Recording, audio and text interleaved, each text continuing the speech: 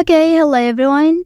Here I want to provide tutorial on how to filter for pets in the Airbnb application on Android device. Well, some of you might be traveling with your pets, such as dogs or cats. And of course, you need to find accommodations that are suitable for your furry companions. So, how to find it? Let's go to the tutorial. Okay, firstly, open Airbnb application on your device.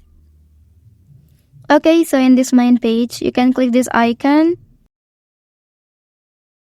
and then scroll down until you find booking options. Okay, so now activate for allow pet option and then click here. Well, so at the end, the Airbnb application will be recommended the places that provide pet services for you.